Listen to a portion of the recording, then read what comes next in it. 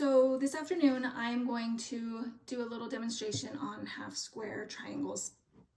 I have a 5-inch charm pack, my marking tools, my blade, my rotary cutter, and I have a 6.5-inch square ruler and a 12 by 6-inch ruler. So for half square triangles, let's break open this beautiful bundle. You can mark them anyway. So let's find a couple of fabrics I want to go together. Let's take this one and this one.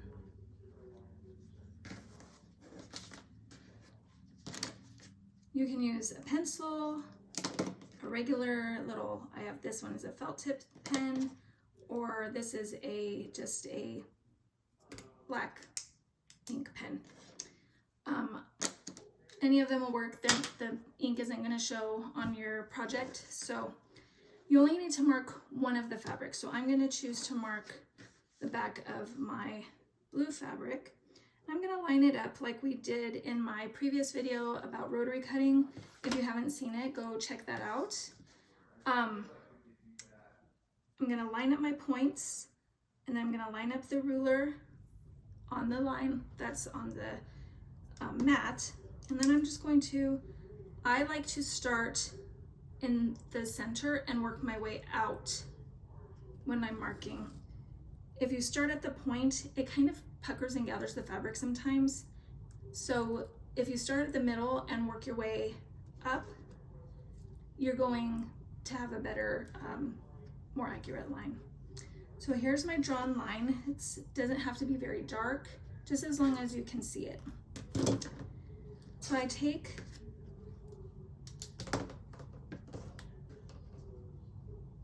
my drawn on block and I place it on top, or square, place it on top of the other fabric.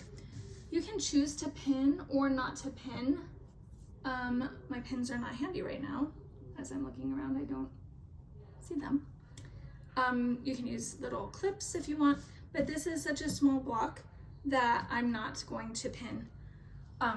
So what you're going to do, if you want, if it makes you feel more comfortable, you can mark a 1/4 inch line on either side of your diagonal line as a guide to follow on your sewing machine. There are little guides that you can buy to attach to your sewing machine. There's special tapes you can buy. Again, I usually just draw a line with a permanent marker on my machine. But for today, why don't I just show you how to draw? We'll just draw 2 lines. So I'm going to line this 1/4 inch line up onto the drawn line. You want to make sure it's lined up point to point. And then again, from the center out. And I'm going to flip that around, being careful not to move it too much. And then I'm going to draw my 1/4 inch line on the other side. Okay. So when I stitch, I'm going to stitch on this line and this line. Don't think that you're going to be able to see my machine sewing from this angle, but maybe in the future I'll be, oh, I need thread. Let me grab some thread. Can't sew without thread. I do know I have a bobbin in there.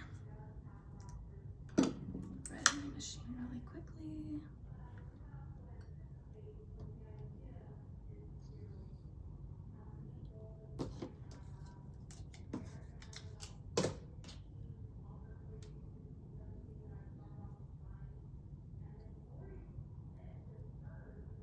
The thread I like to use for piecing my quilts is a 50 weight. I tend to use Aurifil 50 weight thread.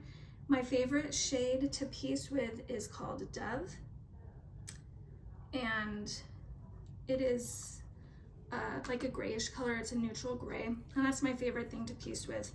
I'm out of my cone of dove, so I'm using this off-white.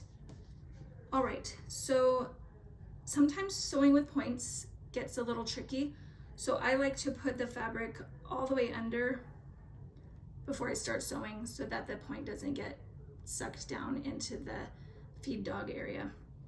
I'm gonna lower my foot, and I hold my my threads. All right, and I'm gonna stitch directly on my line.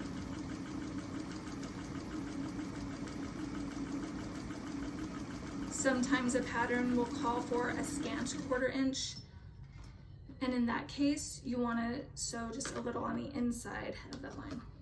There's my battery pack there for my little lights. Use my little cutter in the back, and then flip it on. All right, so I'm gonna sew another.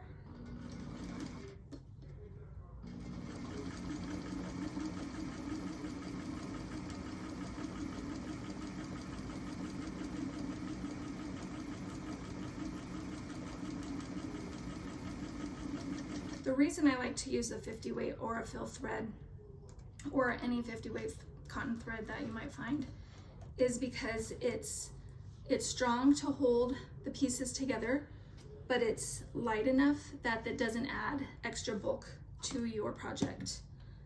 All right, let me really quick. Shine a little light over here. All right. Trim my threads.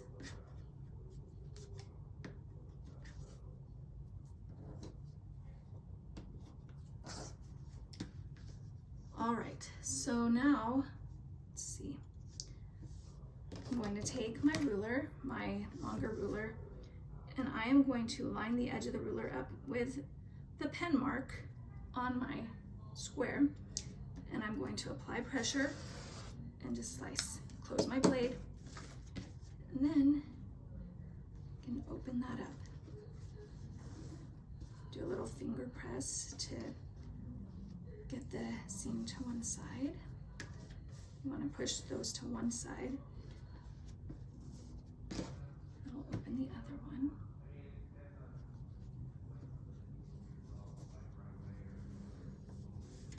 And generally you'll press these with an iron after you're done making them before you trim them. I don't have an iron set up over here right now, so I will just use my finger to press.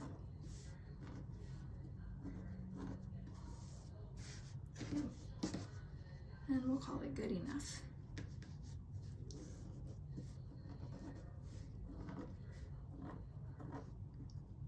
A little bit of bulk on the back from the thread. That's okay. So now we're going to trim these blocks to make them square, to make sure they're evenly the same size. Sometimes when you are sewing half square triangles or other small pieces, they're not always perfectly even. So we're gonna square these up. So currently this is measuring at roughly 4.5 inches. So I'm gonna go ahead and make it a 4.5 inch block. So what I'm going to do is there's this yellow line right here on the ruler. I'm gonna line that yellow line up on this seam, the diagonal seam. I'm gonna straighten that just a little bit. And then I'm going to find my 4 inch and then my 1/2 inch mark. So I'm going to move the ruler. You can slide it up and down until it's at your desired measurement. So now you see I have down here on the 1/2 inch mark 4.5, 4.5. So I'm going to take my cutter and I'm going to cut and cut. Make sure you don't have your finger off the top side of your ruler. Then I'm going to flip it around and do the same thing. I'm going to line the diagonal line up, and I'm going to find my 4.5. I'm going to slide that up. And it looks good, so we're just going to basically cut off the little dog ears.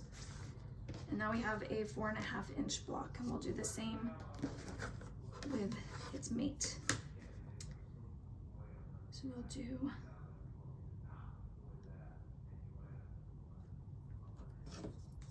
line it up on the 4.5 both sides.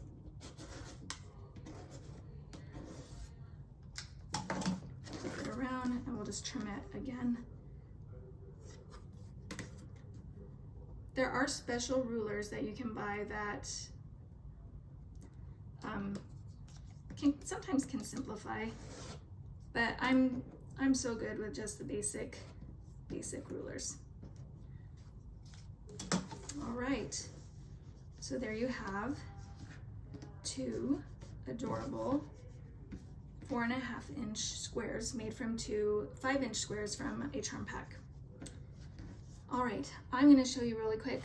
I have these tiny little half square triangles that were scraps from a Halloween quilt I made. And I was thinking of saving them to make like a Halloween pillow to go with the quilt. So I'm gonna see what size I can get out of these. This was a very fun quilt to make. I'm not a huge fan of Halloween, but there was a Halloween block swap at my local quilt shop, and I thought that it sounded fun to join, and I absolutely love the quilt that I made from that. It was very fun. My kids love it too. It has some cute roses and skull fabric for the backing, and so, all right, so I have my little tiny squares. So let's see, they look about 1 1/4, 1.5 inch. Oh, they're 1 3/4. So I think we'll trim them down to 1.5. Make it a little bigger there. Don't have your fingers off the top.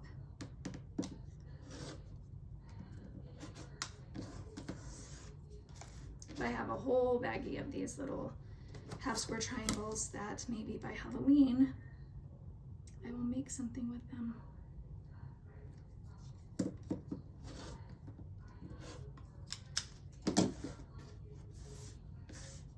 That's so cute.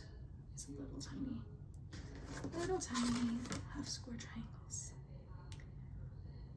All right, do we want 1.5? Did I measure that right? Yes, okay. So again, just line the diagonal line up. And that's 1 in there. So we've got 1.5.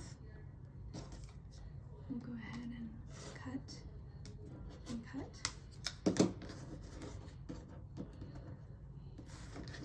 it around and repeat. Half, half on the line diagonally. I used to think that squaring up blocks and trimming them was annoying and a waste of time, but it really does make your finished product just so much more accurate and pretty, and it will give it less bulk when they're trimmed properly. Your seams will line up nicer. They will nest much better. It's really worth putting in the little bit of time to square up your blocks. And it's not just for these. If you're gonna do a flying geese block, or my In the Big Woods pattern has a pieced half square triangle. It's a strip pieced half square triangle block that you definitely will want to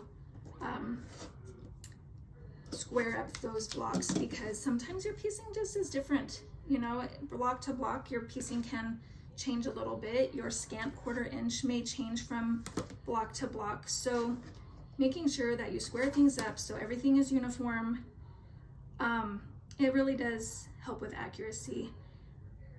I know there's a lot of people that like to break the rules when it comes to quilting and sewing, and that's great, but you kind of have to know the rules before you can break them. So once you're comfortable knowing the rules, then you can branch out and say, okay, now I'm gonna try this. But for getting started, you just wanna learn the basic rules so that you have an understanding of why something works or why it doesn't work, and what makes a good quilt and what makes a messier quilt, I guess you could say. So just, you know, pay attention and try for accuracy, and you'll have a good time. Like, quilting is just such a great hobby. It's a good way to get some self-meditation, self-help, self-care, as they call it, and I love it. So if you haven't seen my rotary cutting video yet, go back on my channel and find that, and it's got some very basic rotary cutting instructions and how to use the rulers, the mat, and your rotary cutter.